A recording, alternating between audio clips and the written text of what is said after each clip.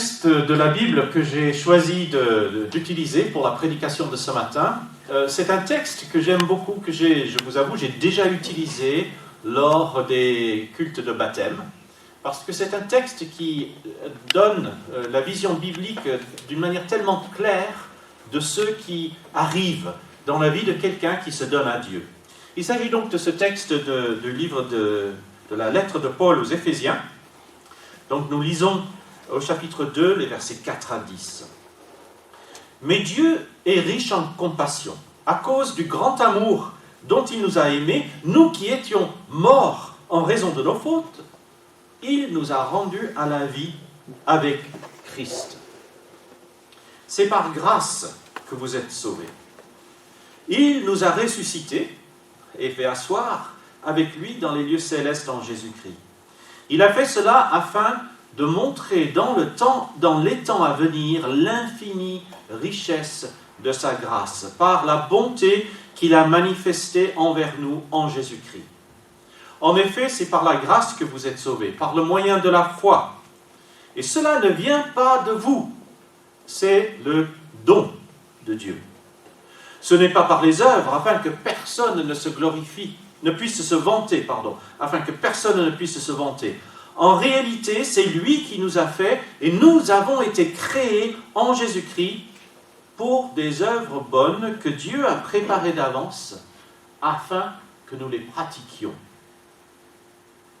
Ce texte se prête merveilleusement bien à un jour de baptême, car il décrit ce qui était dans le passé, ce qui était notre passé à chacun d'entre nous, ce qui est, je parle surtout aux deux personnes baptisées, aux deux candidates au baptême, ce qui faisait partie de leur passé, il parle de ce que nous sommes dans le présent, de ce dont nous sommes au bénéfice par la grâce de Dieu, c'est un mot qui revient à plusieurs reprises, la grâce. Et ce texte ouvre aussi nos yeux sur l'horizon de l'avenir, le futur, ce qui nous attend devant nous. Tout d'abord, le passé. Que nous dit ce texte du passé? Il dit que nous étions morts en raison de nos fautes. C'est le verset 5. Alors, la Bible est très claire. Pas question de pouvoir espérer être sauvé, accéder au royaume de Dieu, connaître Dieu. La Bible utilise tous ces termes pour parler de ce qui se passe quand on devient chrétien. Pas question de pouvoir le faire sans d'abord reconnaître que nous étions morts ou nous méritions la mort à cause de nos fautes. Tout simplement, peut-être que vos fautes ne vous paraissent pas bien graves. Mes fautes, les fautes des autres, ça c'est toujours très grave. Mais mes fautes à moi, pas si grave que ça, n'est-ce pas? Le problème, c'est que nos fautes, même si elles ne sont pas très graves, seront toujours trop graves pour nous donner accès à Dieu. Dieu qui est parfait, qui est saint, ne peut pas être sali, même par quelque chose de pas si grave, mais qui néanmoins est un péché. Nous étions morts en raison de nos fautes. La beauté du baptême, c'est la richesse de son symbolisme. Ce n'est pas en baptisant Gigi ou Daniel qu'elles sont sauvées. Ce n'est pas en se faisant baptiser qu'elles sont sauvées. Elles ont été sauvées parce que Jésus-Christ a fait, parce qu'elles lui ont dit oui un jour. Et le baptême, c'est un symbole de ce oui. C'est un acte symbolique par lequel nos deux sœurs, Daniel et Gigi, passent aujourd'hui. C'est une identification avec Jésus-Christ dans sa mort. Paul n'est pas tendre dans ce texte. C'est bien notre culpabilité qui est au cœur de notre condamnation à mort. Nos fautes, nos péchés. Et le baptême est une reconnaissance de culpabilité. Je regardais un petit clip sur, je ne sais plus sur quel réseau social ou quel média je le trouvais. Suivait la vie d'un gendarme qui avait surpris quelqu'un en train de téléphoner au volant et il était en train de faire autre chose. Ah oui, alors lui, voilà, il avait son téléphone au volant et lorsque le gendarme l'a arrêté pour lui dire, le gars en question, il a dit « Oui, non, mais je n'étais pas en train de téléphoner, j'étais juste en train de changer la musique, parce que la musique, elle s'est changée toute seule. » Bon. Que ce soit pour écouter ou changer de la musique ou pour téléphoner, on sait que le téléphone est interdit au volant. Et le gendarme, pour la télé, après est parti, et pour la télé, il a dit, s'il avait reconnu sa faute, j'aurais été plus tendre avec lui. Mais parce qu'il a protesté, parce qu'il a essayé de se justifier, il a eu l'amende salée.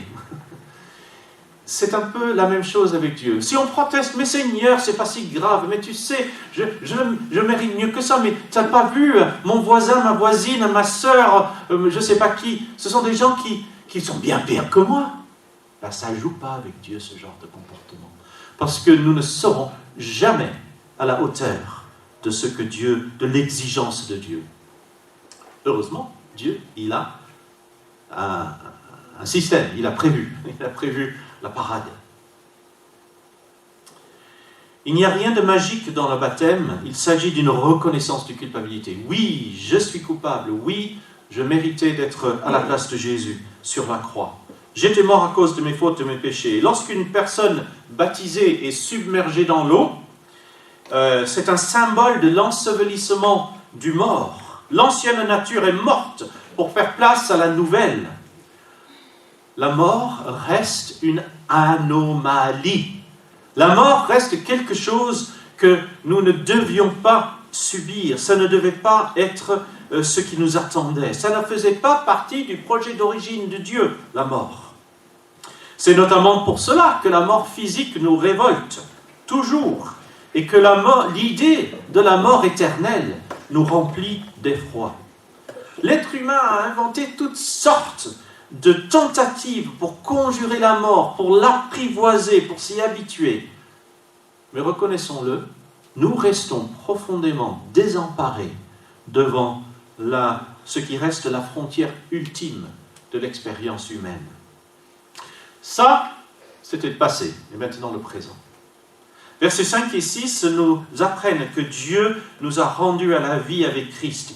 Il nous a ressuscités. Quel beau terme. Il nous a ressuscités.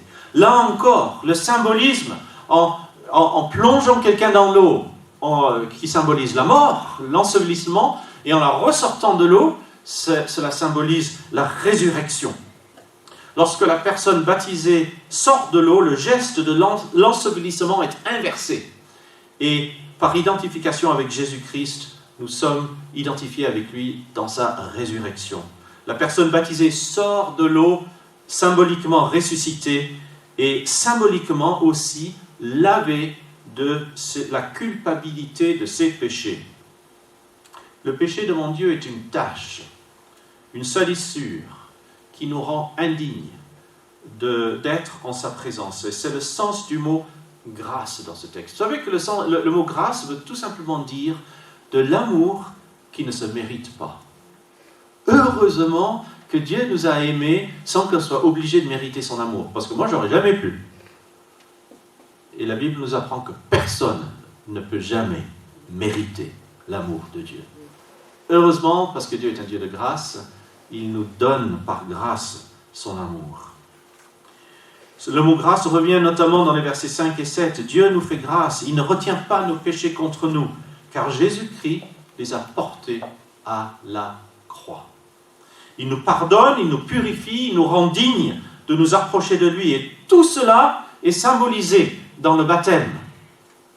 Aujourd'hui, certains professent un grand respect pour la spiritualité. Certaines pratiques religieuses sont perçues comme étant importantes, intéressantes et valables du moment qu'elles contribuent à notre bien-être, à notre équilibre. La spiritualité est considérée comme une option de vie intéressante. Oui, pourquoi pas? Un chemin que nous pouvons explorer par curiosité, par désir de contribuer à notre épanouissement. Mais la vraie foi chrétienne est radicale dans ce domaine. On ne vient pas à Jésus-Christ comme on se rendrait dans un centre de balnéo ou pour une cure afin de se sentir mieux dans sa peau, plus équilibré. On vient à Jésus-Christ parce qu'on était mort dans nos péchés par nos fautes et qu'il nous propose la résurrection, la vie nouvelle. Le passé, le présent et le futur. Verset 7. Dans ce passage, le futur nous est décrit selon deux axes. Ce que Dieu fait au verset 7 et ce que nous faisons au verset 10. Verset 7, il a fait cela afin de montrer dans les temps à venir l'infinie richesse de sa grâce par la bonté qu'il a manifestée envers nous en Jésus-Christ. L'œuvre du salut accomplie par Dieu pour nous a des répercussions au fil des siècles, jusque dans l'éternité. Ce que nous faisons ici, aujourd'hui, ce matin, n'est qu'un parcours dans la vie de nos deux candidates au baptême. C'est particulièrement important pour Daniel et Gigi, mais également pour nous qui observons et sommes témoins de leur engagement. Nous faisons partie du futur dont Paul parle dans ce verset. 2000 ans plus tard, il y a 2000 ans, Paul a écrit ce texte et il prévoyait l'Église dont nous faisons partie aujourd'hui. Et grâce à l'œuvre de Jésus-Christ, nous tous qui sommes chrétiens, nous anticipons un avenir où l'infinie richesse de la grâce de Dieu sera rendue encore plus évidente. Aujourd'hui, la grâce de Dieu, l'amour de Dieu, on le ressent, on le chante, on en parle. Ça ne veut pas dire que c'est évident, partout, pour tout le monde. Harry a déjà prié pour ceux qui souffrent, pour ceux qui sont dans la détresse. Et nous attendons, nous soupirons après le jour, et la Bible est remplie de ces soupirs. Jusqu'à quand, Seigneur, devons-nous vivre dans ce contexte d'incompréhension, de vision partielle? Un jour, nous comprendrons, un jour nous verrons, un jour ça deviendra évident. Et c'est rassurant de savoir que nous faisons partie du plan de Dieu, un projet soigneusement mis en place, dont Paul a déjà parlé il y a 2000 ans et dont nous faisons l'écho encore aujourd'hui. Mais il y a également dans ce texte ce que nous faisons.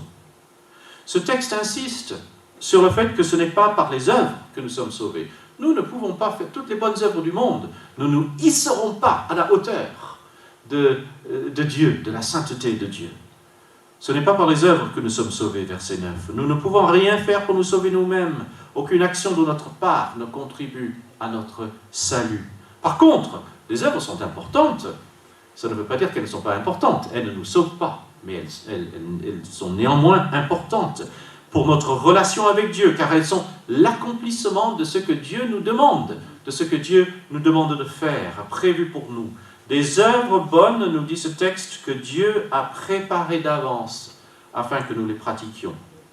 Les œuvres bonnes font partie de notre présent et de notre avenir. D'ailleurs, ce même verset fait passerelle entre le passé et l'avenir. Toute l'histoire du temps est contenue dans ce verset 10. Je ne sais pas si vous l'avez remarqué. C'est lui qui nous a fait. Nous avons été créés en Jésus-Christ. C'est intéressant de penser que nous ne sommes pas chrétiens par hasard.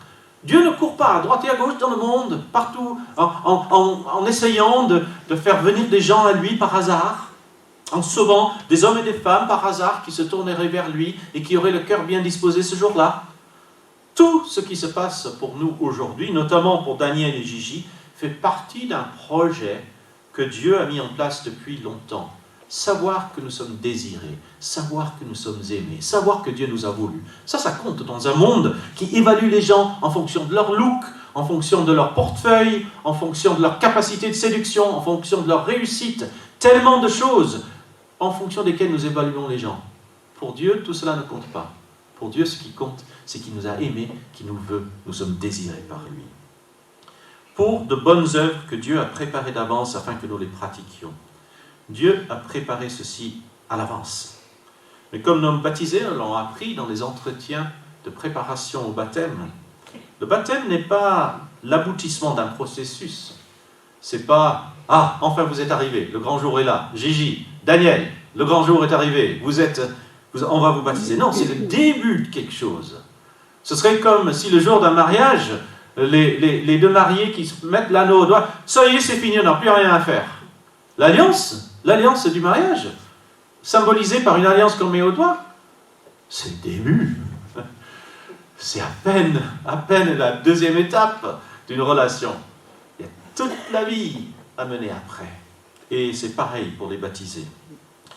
Le baptême, c'est un symbole du commencement d'un processus. La relation avec Jésus-Christ rendue possible parce que nos deux baptisés aujourd'hui sont spirituellement vivantes, ayant été pardonnées, lavées de leurs péchés, parce qu'elles se sont repenties de ce qu'elles avaient fait. Jésus a porté leurs péchés à la croix, et cela a des implications pour la vie de tous les jours. Les œuvres bonnes ne sont pas juste une série d'actes de piété, aller à l'église, faire la prière au bon moment, faire un pèlerinage, je ne sais pas quoi d'autre. Mais il s'agit d'une vie vécue fidèlement en relation avec Jésus-Christ. Gigi et Daniel le savent et le vivent, mais c'est une invitation qui est faite à chacun d'entre nous. Que ce baptême aujourd'hui nous serve de rappel. Serve de rappel à ceux d'entre nous qui sommes baptisés, beaucoup d'entre nous le sommes déjà, que ce baptême aujourd'hui nous serve de rappel afin que nous n'oublions pas notre engagement du passé et que chaque personne, y compris celle qui aujourd'hui ne serait pas baptisée ici, sache que nous sommes tous invités à cette même relation avec Jésus-Christ.